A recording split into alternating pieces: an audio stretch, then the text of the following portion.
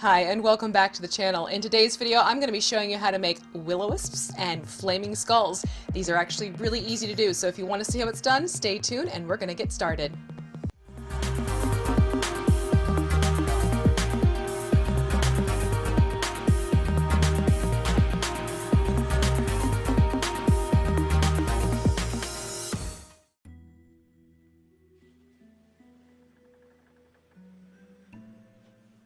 To get started, make sure that your low-temp hot glue gun for mini sticks is empty, and you want to have these glitter glue sticks on hand for your will-o-wisps.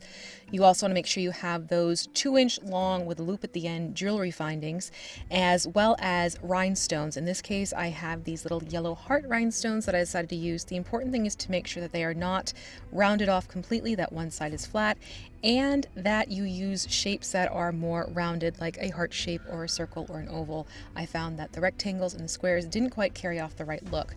Once you have your rhinestone ready and the glue is ready to go, you're going to put a dollop of that glitter glue on the back of the rhinestone, and then taking the loop end of that jewelry bit, you're going to press that into the glue and let it cool completely. Now let's take a look at how these flares are made using the glitter glue sticks. Let's get making these flares. What you're first going to do is take your hot glue gun and put a small dollop on the back where you had glue before. Then slowly and very carefully pull up a strand of hot glue, and as you do this, you're going to be blowing against the hot glue. I try to get audio of it so you could hear this, but it sounds like a freight train. So just make sure you're blowing on this like you would as if you're trying to blow out a candle, slow and steady, and it's going to cool the hot glue as you slowly lift it up and away, and this gives you a flare of the hot glue. So what you want to do is you're going to start with one in the back center portion, and then you're going to continue on by creating more of these flares around the sides and the top of the rhinestone area, as you can see here. Again, the key point here is to make sure you are blowing gently as you lift and pull the glue up and away from the gun. It will help to also hold this upside down sometimes to keep your flares pointing what will eventually be up if you find that they're curving down. But that's basically how you form these strands of hot glue.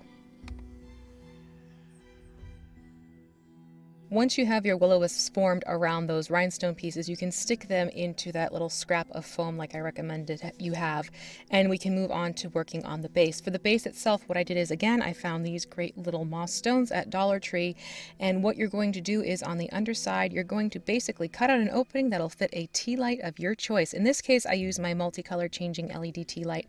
So basically, you trace around the outside of your LED light, carve out this opening, and then what I found is easiest to do is to use your fingers to peel out the debris that you need removed from the inside of the stone in order to fit the tea light in. The trick here is to make sure that you do not puncture through the top and remove the top portion of the moss.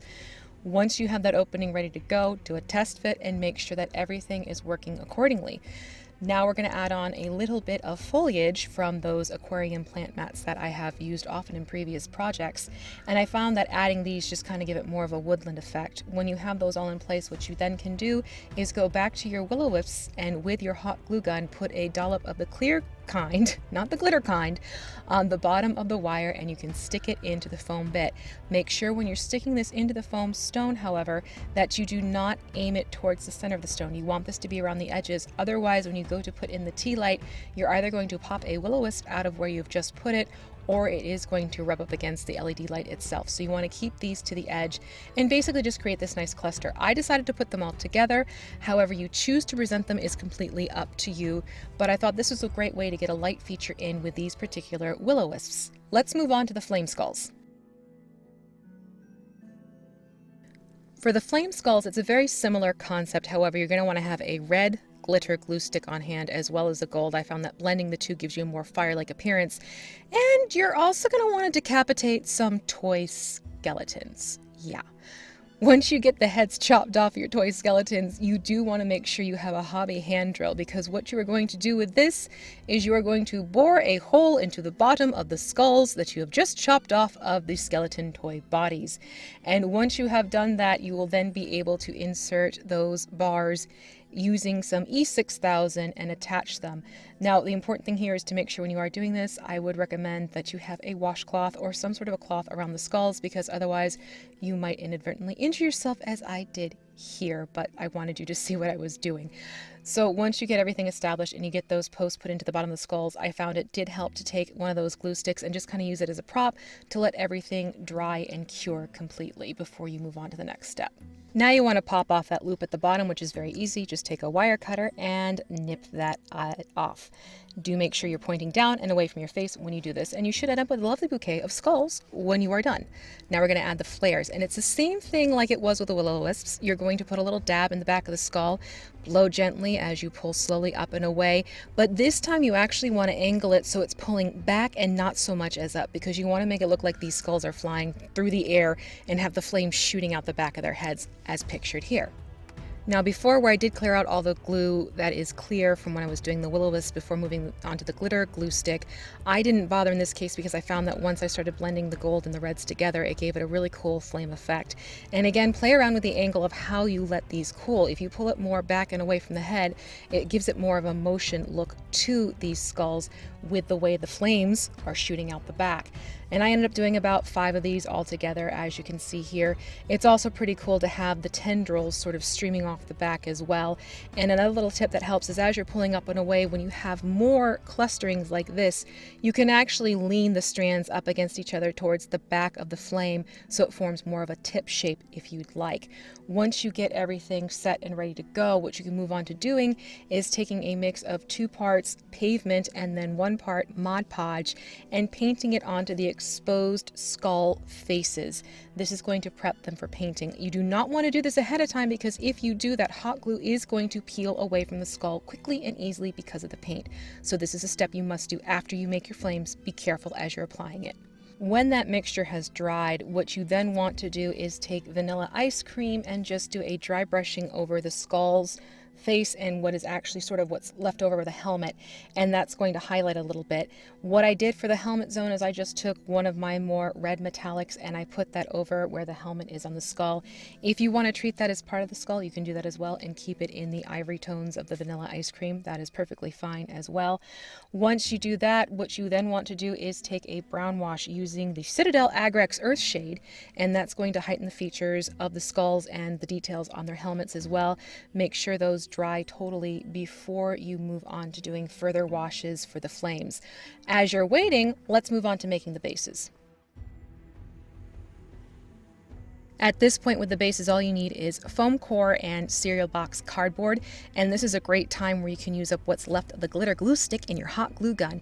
You're going to glue that cardboard to the back of some foam core and then cut out 1 inch by 1 inch pieces. What you will need to make sure you do with some cereal cardboard, sometimes it's corrugated, is to fill it in with some hot glue and then smooth out the edge. Once you get that done, you can take a wire brush and add a good amount of texture to the top and the sides of where the foam is. What I did then is I moved on to using this orange, and I painted every last inch of it orange, because what I'm trying to do is sort of like a magma underneath the earth cracking effect look.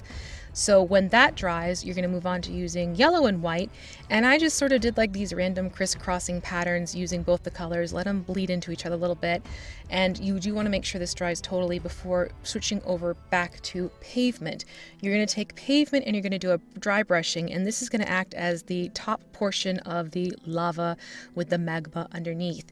And what I did at this point is I took this wash, the Cassandra Yellow, and I did a wash of that to bring out some of the details, and it also gives that nice glowing effect as you have previously seen in the Hellcats video.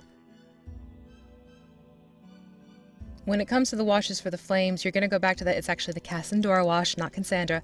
The Cassandra wash as well as the Nuln oil. So you're going to first take the Cassandra and you're going to put it onto the flame areas of the skulls and let that dry before at the very tips you put on the Nuln wash to get the sort of singeing look that you'll have to some exposed flames, and that again just heightens the look of the flames on these skulls. When it comes to putting these two pieces together, you're going to want your hot glue gun with clear hot glue in it. Just put a little dab of the hot glue on the top portion of the base, insert the pin of the skull into it and let it cool completely. And then what I did is something to finish it off a little bit more is I went to Nutmeg Brown and I did one last final dry brush over the base of these minis, again to make it look like cracked earth on the top. So that's really how you form the Flameskulls for this miniature project as well. Let's take a look at how everything turned out. And here we have our final look at our will-o-wisps and Flameskulls. This is one of those things where you can really create some cool looking miniatures on your own just using these techniques that you've seen, and both are applicable to either the Flameskulls or the will-o-wisps. You can even use this for other things like dancing lights. Altogether, I was very pleased with how these turned out. I now have some fun and creepy minis to see on the table. If this is something where you have any questions, as always, feel free to ask me by commenting below, or you can email me at thecraftingmuse.email@gmail.com. Thank you so much for joining me today, and I look forward to bringing you some more creations soon. Have a great one, everyone, and I'll talk with you later. Thank you to my 5,000 plus subscribers. The channel hit 5,000 on the 9th of October 2018. I am absolutely amazed and honored, and I look forward to doing more for you guys. So take care, and yes, there are bloopers. There are always bloopers.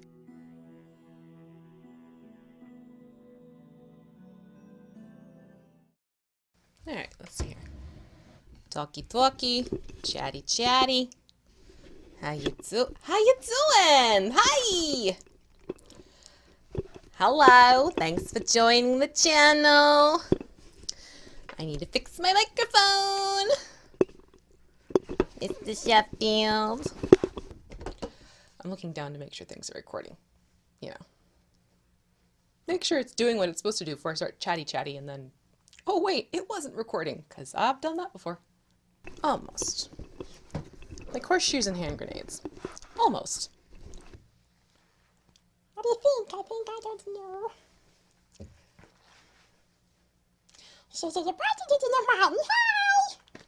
don't know. No.